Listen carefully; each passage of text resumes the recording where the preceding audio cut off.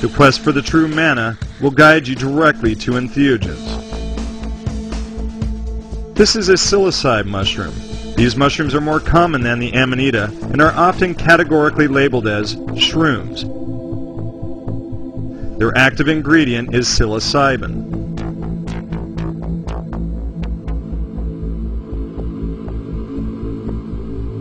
The Los Angeles Biomedical Research Institute at Harbor-UCLA Medical Center is conducting a study designed to measure the effectiveness of the novel psychoactive medication psilocybin on reduction of anxiety, depression, and physical pain. All participants in this study have stage 4 cancer and anxiety. They are between the ages of 18 and 65 and do not have a history of major psychiatric disorders. Participants spend 2 nights at the hospital, undergo an MRI scan of the brain, and receive psilocybin. This is a double-blind study, meaning that the participants are given a placebo and the active medication, but they are not told which drug is administered when. Participants are encouraged to bring along personal photos and some of their favorite music.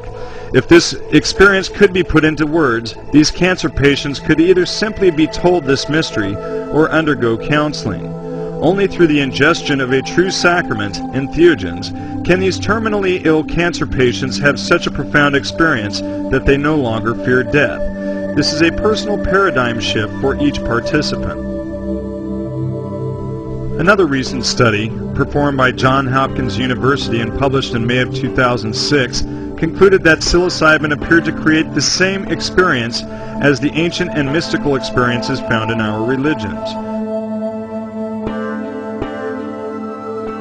Harvard's Good Friday experiment came to the same conclusion decades ago.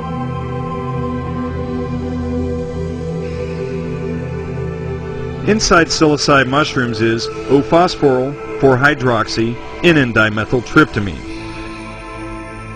Dimethyltryptamine is DMT. Keep this in mind because these 3 letters will come up often throughout the rest of this lecture. There were 2 types of manna in the Bible: manna from heaven, which appeared many times during the voyage out of Egypt, and the hidden manna, which is only mentioned once in Revelation.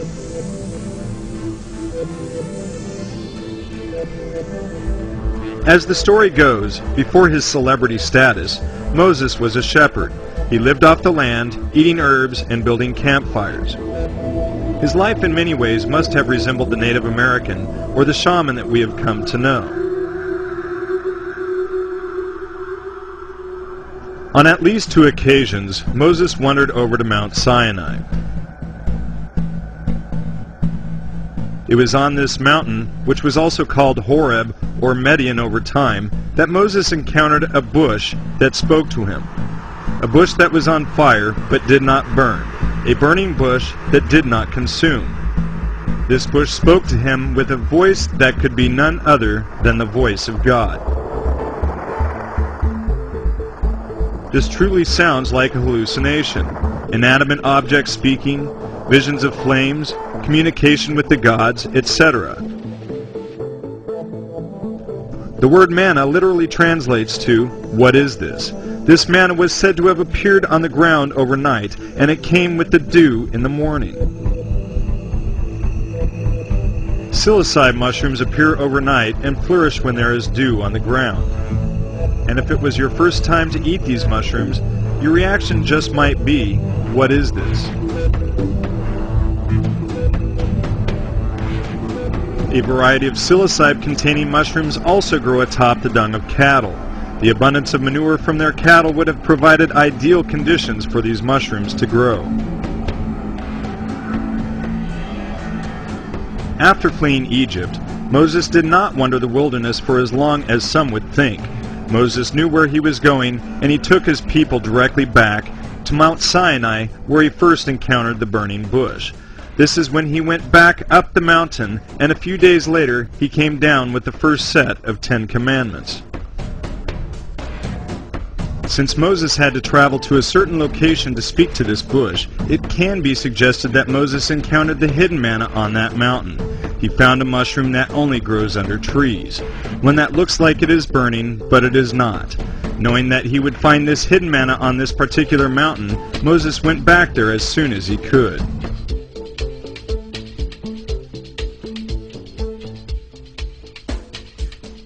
Here is a photograph of a psilocybe mushroom. Notice that the stipe of this mushroom is turning blue. When you grab a hold of these mushrooms and bruise them, they bruise blue, similar to a magnolia tree's white flower bruising brown. Jesus is often represented wearing blue, but even more significant symbolism of this mushroom can be found in India. Because when you understand that these sacred plants helped sculpt all of the major religions, it will help make sense to learn that in Indian mythology, Lord Vishnu is blue and his incarnation is Krishna, just like the body of the psilocybe mushroom is blue. Shiva has an extensive following. According to Hindu mythology, when the demons and deities churned the Milky Ocean, 14 jewels surfaced, one of which was poison. Poisonous fumes threatened to overwhelm the entire world, so Shiva drank the poison. The poison was so intense that Shiva's throat turned blue, which is why Shiva earned the nickname Nilakantha, the blue-throated. Also note the third eye in this image of Shiva. Here is Rama. Notice that there is no eye contact going on here. Rama's headdress seems to be the center of attention. Krishna is also blue, and he is typically depicted with a cow or cattle. Psilocybe cubensis mushrooms grow on cow dung. As a result, holy cows produce holy crap, whereupon the holy sacrament grows in nature. Do these mushrooms stimulate the Kundalini? This Kundalini energy will rise through the body. It will enlighten each of the chakras, including the third eye chakra and the crown chakra. Notice once again the symbol of the caduceus inside our bodies. Kundalini literally translates into snake or serpent power. These serpents are climbing our spinal staff, making the symbolic caduceus.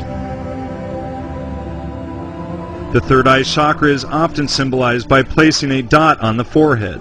Illuminating the third eye chakra will in turn burst open the crown chakra. The Native American Indian chief wears a feather headdress to symbolize this. The headdress is a representation of his crown chakra being wide open. This is symbolized often in different traditions. Here in Christianity, we see this crown chakra open, symbolized by placing a shell behind his head.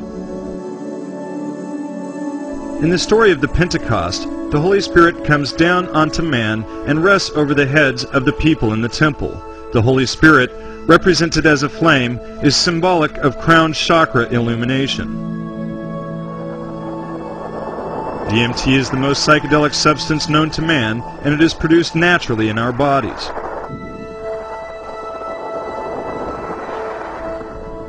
Dr. Rick Strassman, author of DMT, the Spirit Molecule, was, at the time his research began, the first doctor allowed to perform psychedelic or entheogenic studies in the U.S. for over 20 years. With intravenous DMT injection, Strassman was able to recreate, unintentionally of course, the alien abduction experience, as well as many levels of out-of-body and religious experiences in the clinical setting. These same chemical compounds can be found in the excretions of a Bufo alivarius toad. These excretions were dried and then smoked, and the effects were extremely psychedelic. And then there is ayahuasca. This is a brew made from a combination of two plants found in the Amazon. One contains DMT, but when it is consumed, our bodies break it down before this chemical makes it into our bloodstream. The shaman then found an MAO inhibitor, allowing the DMT to pass into the bloodstream without being destroyed in the gut. And if you ask the Amazonian shaman how they learned to combine these plants to achieve this, they would likely answer that the plants taught them. More than likely it was discovered in a salad-like mixture.